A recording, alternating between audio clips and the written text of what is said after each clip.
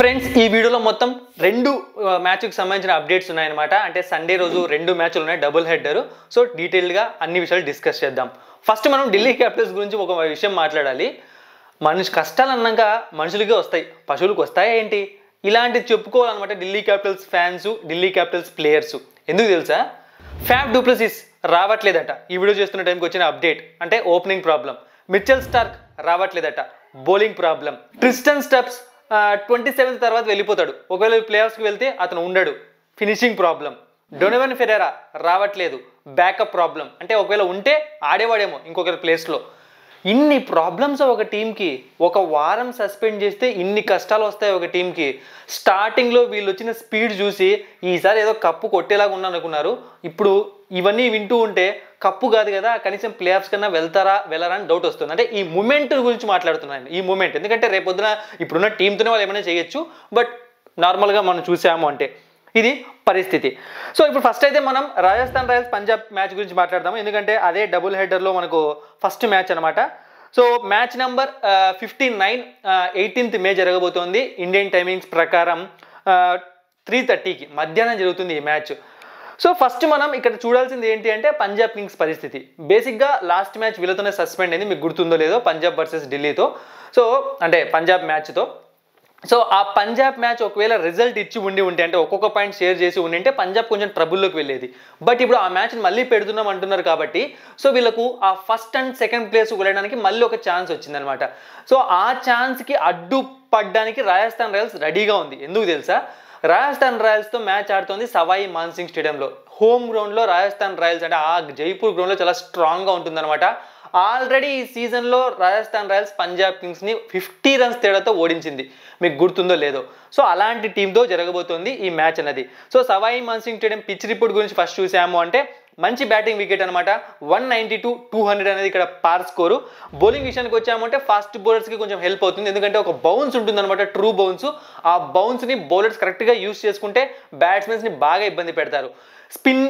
స్పిన్నర్స్కి కూడా ఈ పిచ్ సరిపోతుంది. అంటే గేమ్ మధ్యలో వాళ్ళు కూడా ఖచ్చితంగా వస్తారు. ఇది డ్యూ ఉంటుందా అంటే ఛాన్సే లేదనమాట, ఎందుకంటే మధ్యాహ్నం మ్యాచ్ కాబట్టి. అండ్ అయినా సరే చేజింగ్ తీసుకోవడం బెటర్ అనమాట. ఎందుకంటే ఆ ఫస్ట్ బ్యాటింగ్ చేసిన టీం ఎంత స్కోర్ పెడుతుందో దాని ప్రకారం, ఎందుకంటే బ్యాటింగ్ పిచ్చు అండ్ డ్యూ ఉండదు కాబట్టి చూసుకొని ఆడడానికి వాళ్ళకి బాగా ఛాన్స్ ఉంటుంది. ఈ రెండు టీమ్స్ మధ్య హెడ్ టు హెడ్ ఫైట్ ఒకసారి చూసాము అంటే టోటల్గా 29 మ్యాచెస్ జరిగితే అందులో రాజస్థాన్ రాయల్స్ 17 మ్యాచెస్లో, పంజాబ్ కింగ్స్ 12 మ్యాచెస్లో గెలిచిందనమాట. ఈ 2025 సీజన్లో ఒక మ్యాచ్లో రాజస్థాన్ రాయల్స్ గెలిచింది, మీకు ఆల్రెడీ చెప్పాను. సో ఇప్పుడు రాజస్థాన్ రాయల్స్ ప్లేయింగ్ ఎలెవన్ ఎలా ఉంటుంది? జోఫ్రా ఆర్చర్ రావట్లేదు, అంటే అతను అసలు ఈ సీజన్కే రావట్లేదు అనమాట. బేసిక్గా ఫస్ట్ ఏమన్నారు అంటే మధ్యలో వెళ్ళిపోతాడని చెప్పారు, బట్ ఇంజురీ కారణంగా రావట్లేదట, దెబ్బ కారణంగా. సో అందుకే అతని ప్లేస్లో నాండ్రే బర్గర్ ఆడే అవకాశం కనిపిస్తోంది. ఇక ఆ చేంజ్ తప్పితే ఇక ఏ చేంజ్ జరగకపోవచ్చు. అయితే ఇంకొకటి ఇంపార్టెంట్ విషయం చెప్పాలి, Sanju Samson is coming back. Sanju Samson ఈ మ్యాచ్ ఆడబోతున్నాడు. ఎందుకంటే మీరు చూసారంటే ఈ ఐపీఎల్ సస్పెన్షన్ ముందు అతను కొన్ని మ్యాచెస్ మిస్ అయ్యాడు, కొంచెం హెల్త్ ఇష్యూస్ కారణంగా, హెల్త్ అంటే బాడీ ఫిట్నెస్ కారణంగా. సో ఇప్పుడు తను మళ్ళీ టీంలోకి వస్తున్నాడు, తనే కెప్టెన్సీ చేస్తాడు. ఇది కూడా రాజస్థాన్ రాయల్స్కి ఒక ప్లస్ అవుతుంది. ఇక పర్ఫార్మెన్స్ విషయానికి వచ్చాము అంటే సరిగ్గా పర్ఫామ్ చేయలేదు కాబట్టే ప్లే ఆఫ్స్కి వెళ్ళలేదని చెప్తాను నేను, అంతే, అంతకుమించి ఇంకేం లేదనమాట. సో బ్యాటింగ్లో చూసాము అంటే వైభవ్ సూర్యవంశీ ఉన్నాడు, సో చాలా భారీ హిట్టింగ్ చేస్తున్నాడు. అండ్ యశస్వి జైస్వాల్, ఈ ఇద్దరి దగ్గర నుంచి రన్స్ వచ్చే ఛాన్స్ ఉందన్నమాట. ఎందుకంటే ఇద్దరు కొంచెం టచ్లో కనిపిస్తున్నారు. సూర్యవంశీ అంటే హిట్ అండ్ మిస్ ప్లేయరు, ఖచ్చితంగా భారీ హిట్టింగ్ చేస్తాడు. ఇక సంజు శాంసన్ కమ్బ్యాక్ ఇస్తున్నాడు కాబట్టి ఖచ్చితంగా అతను బాగా పర్ఫామ్ చేసే ఛాన్స్ ఉంది. రియాన్ పరాగ్ ఒక మ్యాచ్ అద్భుతంగా ఆడాడు, సెంచరీకి దగ్గరగా వెళ్ళాడు. ఇక ధ్రువ్ జురేలు వీళ్ళెవరు కూడా పెద్దగా పర్ఫామ్ చేసింది, అంటే కొన్ని మ్యాచ్లు చేశారు కానీ కన్సిస్టెన్సీ లేదు. బౌలింగ్ విషయానికి వచ్చాము అంటే వీళ్ళ బౌలింగ్ కూడా అంతంత మాత్రంగానే కనిపించింది ఈ సీజన్ మొత్తం. సో వీళ్ళ ప్లేయింగ్ ఎలెవన్ ఒకసారి చూసామంటే Yashasvi Jaiswal, Vaibhav Suryavanshi, Sanju Samson, Riyan Parag, Dhruv Jurel, Kunal Rathore, Wanindu Hasaranga, Nandre Burger, Maheesh Theekshana, Yudhvir Singh Charak, Akash Madhwal impact ప్లేయర్గా శుభం దుబే ఉండే అవకాశం ఉంది. ఇక పంజాబ్ కింగ్స్ విషయానికి వద్దాం. సో వీళ్ళకి కూడా కొన్ని ప్రాబ్లమ్స్ ఉన్నాయి మార్కో జెన్సన్ రూపంలో. అయితే మార్కో జెన్సన్ ఈ మ్యాచ్ ఆడతాడు, ఎందుకంటే తను వెళ్ళేది ఆఫ్టర్ 27th. వీళ్ళు ప్లే ఆఫ్స్కి వెళ్ళడం కన్ఫర్మ్ అయిపోయింది, దాదాపుగా వెళ్తారు. సో ఆ తర్వాత తను సేవలు అందించడం అనమాట ఈ టీంకి. సో వీళ్ళ టీం జాష్ ఇంగ్లీష్ కూడా, మార్కస్ స్టోయినిస్ కూడా రిటర్న్ వస్తున్నారు, వాళ్ళు ఆడతారని చెప్పి ఒక క్లారిటీ వచ్చేసింది అనమాట. అది కూడా ఈ టీంకి ప్లస్ పాయింట్ అవుతుంది. సో టీంలో మార్పులు లేనప్పుడు ఇంకా మనం ఆలోచించాల్సిన పని లేదు, ఎందుకంటే వీళ్ళు ఇదే టీంతోనే మ్యాచెస్ గెలుచుకుంటూ ఇంతదాకా వచ్చారు కాబట్టి. సో ప్రప్సిమ్రాన్ సింగ్ ఫామ్లో ఉన్నాడు, ప్రియాంశార్య ఫామ్లో, శ్రేయస్ అయ్యర్ ఫామ్లో, Shashank Singh. So batting department చాలా మంది మంచి సూపర్ ఫామ్లో ఉన్నారు, మిగతా వాళ్ళు అప్పుడప్పుడు ఆడుతున్నారు. బౌలింగ్ వచ్చినా సరే హర్షదీప్ సింగ్ అవ్వచ్చు, మార్కో జెన్సన్ అవ్వచ్చు, సో స్పిన్లో చాహల్ అవ్వచ్చు, చాలా మంచి సెట్ అయిపోయింది అనమాట టీం అన్నది. ఈసారి టాప్ 2కి వెళ్ళే అర్హత ఉన్న టీమ్స్లో పంజాబ్ కింగ్స్ ఒకటని చెప్పొచ్చు. అండ్ శ్రేయస్ కెప్టెన్సీ కూడా అద్భుతంగా ఉంటుంది దానికి తోడు. సో ఇలా playing 11 Prabhsimran Singh, Priyansh Arya, Josh Inglis, Shreyas Iyer, Nehal Wadhera, Shashank Singh, Marcus Stoinis, Marco Jansen, Azmatullah Omarzai, Yuzvendra Chahal, Arshdeep Singh, impact ప్లేయర్గా షుయాన్ షెగ్డే. మ్యాచ్ ఎవరు గెలుస్తారు? So home ground advantage Rajasthan రాయల్స్కి ఉంటుంది. చాలా గట్టిగా పర్ఫామ్ చేస్తుంది, ఆ కండిషన్స్ బాగా తెలుసు. ఎందుకు హోమ్ గ్రౌండ్ అంటున్నాను అంటే చెన్నై సూపర్ కింగ్స్ తర్వాత హోమ్ గ్రౌండ్లో సూపర్ రికార్డు ఉన్న టీం రాజస్థాన్ రాయల్స్, అంటే ఈ గ్రౌండ్లో జైపూర్ సవాయి మాన్సింగ్ స్టేడియంలో. అందుకే అంతగా జాగ్రత్తలు చెప్తున్నాను అనమాట. మ్యాచ్ గెలవడానికి ఎక్కువ అవకాశాలు పంజాబ్ కింగ్స్కే ఉన్నాయి ఆబ్వియస్లీ, కానీ హోమ్ గ్రౌండ్లో రాజస్థాన్ రాయల్స్ని తక్కువ అంచనా వేయకండి. సంజూ శాంసన్ కెప్టెన్సీ కూడా ఖచ్చితంగా చూపించే అవకాశం ఉంది ఇక్కడ.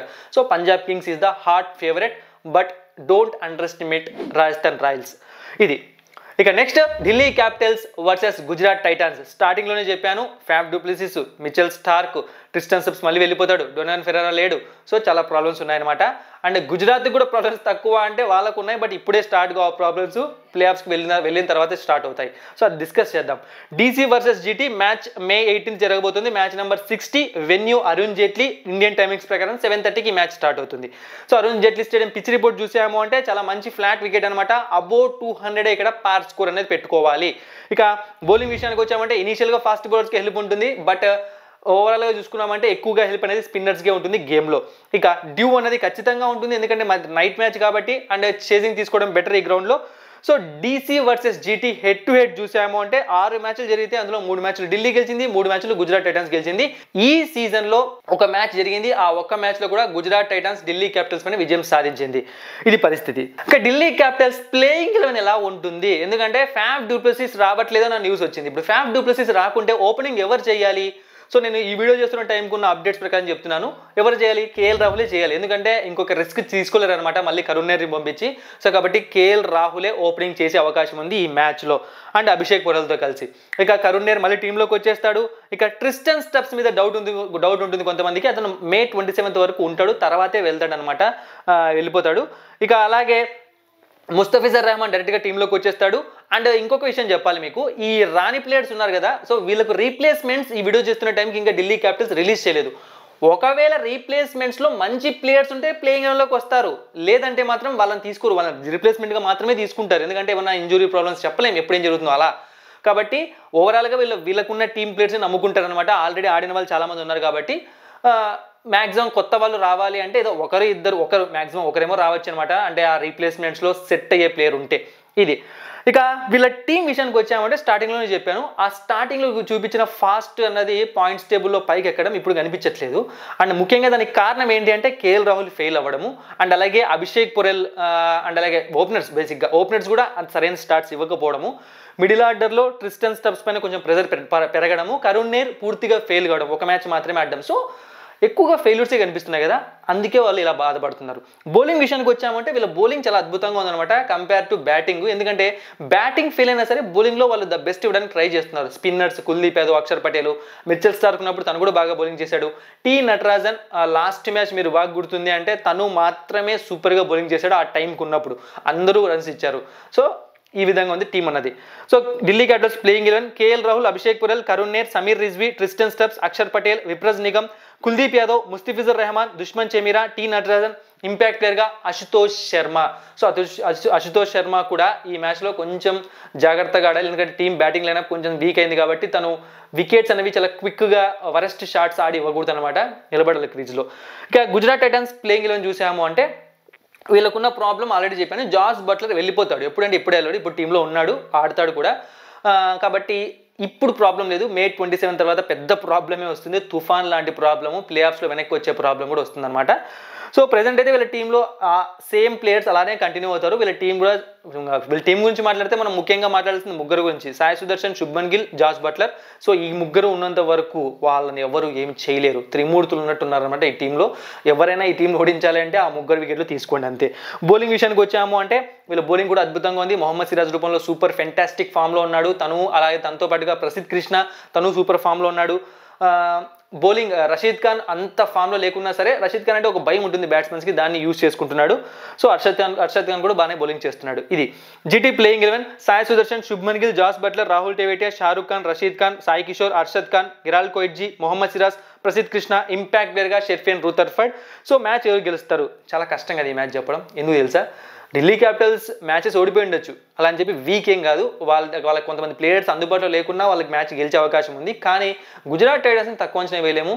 చాలా అద్భుతమైన ఒక ట్రాక్ రికార్డ్ని మెయింటైన్ చేస్తూ వస్తున్నారు అనమాట. ఓడిపోయే మ్యాచెస్ కూడా అంటే పోరాడి గెలుస్తున్నారు. సో ఢిల్లీ క్యాపిటల్స్కి హోమ్ గ్రౌండ్ అడ్వాంటేజ్ ఉంటుంది, దానికి తోడుగా టాస్ అడ్వాంటేజ్ వస్తే వాళ్ళు గెలుస్తారు, లేదంటే గెలవరు. బట్ గుజరాత్ టైటన్స్ ఈ మ్యాచ్ గెలవడానికి కొంచెం అవకాశాలు ఉన్నాయి. ఎంత పర్సెంట్ అంటే 55% గుజరాత్ టైటన్స్, 45% ఢిల్లీ క్యాపిటల్స్. ఇదనమాట అప్డేట్. మరి ఈ 2 వీడియోస్లో మీకు ఇంపార్టెంట్ అప్డేట్స్ ఇచ్చాను అనుకుంటున్నాను. Thank you for watching and supporting మీ. మరిన్ని ఇంట్రెస్టింగ్ వీడియోస్ కోసం సబ్స్క్రైబ్ చేయడం మర్చిపోకండి.